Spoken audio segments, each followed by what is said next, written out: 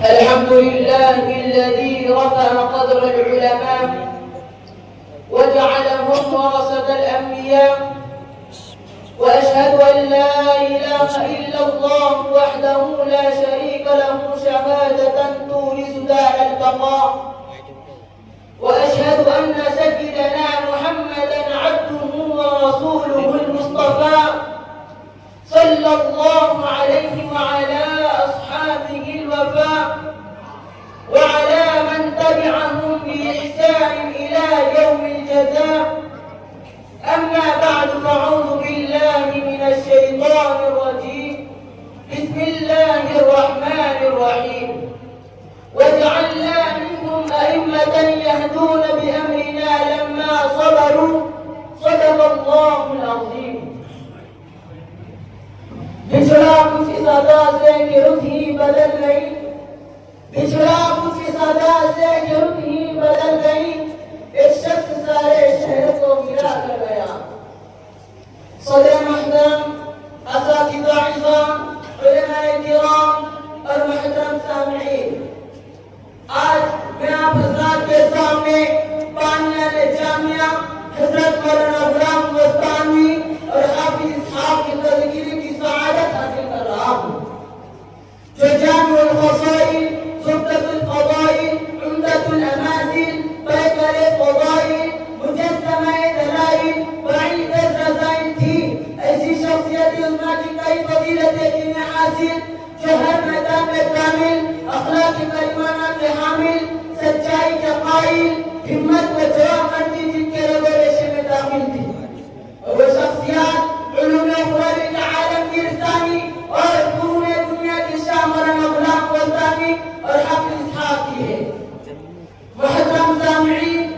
مجھے سمجھ میں نہیں آ رہا ہے کہ ان حضرات کی کون کون سی صفات کو لب تکلم کی زینت بناؤں، ان کے خدمات کی بحر ذخار میں سے اس قطرے کے ساتھ آپ کے قلب گھر کو روشناس کراؤں، ان کے علم عمل کی گلستان میں سے کون سا پھول لے کر آپ کے ذہن و دماغ کو معطر کروں۔ وہ اگر جھوم جھوم کر اور رسول اللہ صلی اللہ علیہ وسلم کی صدا لگائے تو آقا مدنی صلی اللہ علیہ وسلم کا فرمان نذر اللہ عمران سمع منا شیئا فبلغه كما سمعه اور حدیث عنی کی عملی تفسیر نظر آئے۔ اگر ان کو احترام و ریاست کی ذمہ داری میں طلباء اور استاد کی ضروریات بلکہ ضروریات نظر کرتے ہوئے دیکھا جائے تو فرمان نبی صلی اللہ علیہ وسلم سید القوم خادمهم کا اثر نظر آئے۔ اگر ان کو غربا، فقراء، مساکین اور جو بیماروں کے لیے بے چین دیکھا جائے تو من نفس عن مسلم كربة من كرب الدنيا نفس الله عنه كربة من كربات يوم القيامة وعلى كلكم راع وكلكم مسؤول عن رعيته متى سمعنا۔ اگر ان کے خوش اخلاقی اور نرم مزاجی کے گلہائے محبت کو دیکھا جائے تو ان الرفق لا يكون في شيء الا زاد العمل بيضا نمونہ نظر آئے۔ جی ہاں، یہ حضرات جو ایک طرف خوش مزاجی و نرمی کے قوت تھے، سوکشی اور خطا پیشانی کے جوڑ سے آراستہ تھے، لطافت اور نرمی تعظیم پیدا تھے، تو دوسری طرف روح میں دبدبہ و وجاہت کے علامتدار تھے۔ حضرت مولانا غلام مستانوی پر شیخ مولود جون پوری کے علم عمل، مفتی احمد امام کی اصلاح سے تقویٰ، شیخ عزیز بیکار نظری کی جذبہ و احسان، شیخ عالی افغاری کی اخلاص و تقویٰ، شیخ عبداللہ قابوس روی کی محنت و محبت، قاری صدیق باندی کی صحبت وافیت، مولانا اسد اللہ رحموری کی تربیت اور محیث نظر آتا تھا۔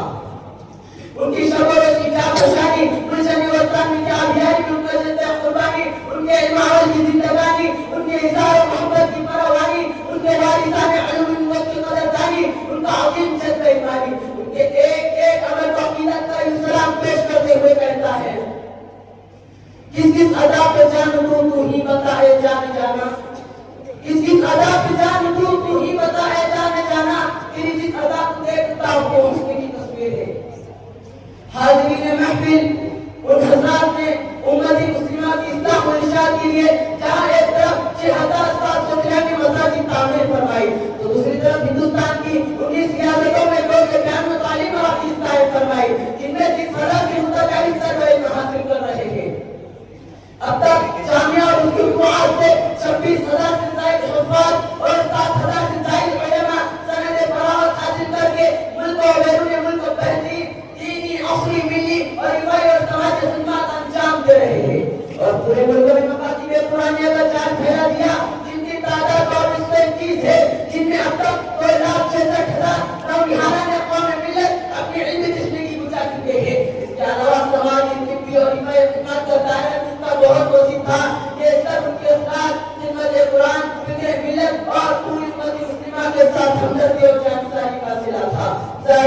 فضل اللہ یؤتیہ من یشاء.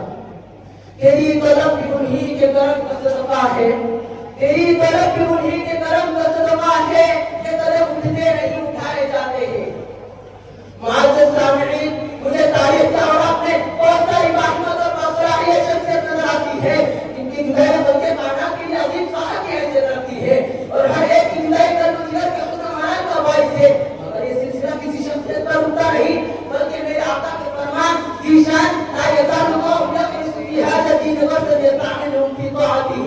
اس بات کی غمازی کرتا ہے کہ اس کائنات میں جہاں بہت سی علمی اور عملی اشجار نے اپنے سائے رحمت سے خلق خدا کو راحت بخشی وہی اس ملشن میں راحت دے کر گزر کا سامان فراہم کیا.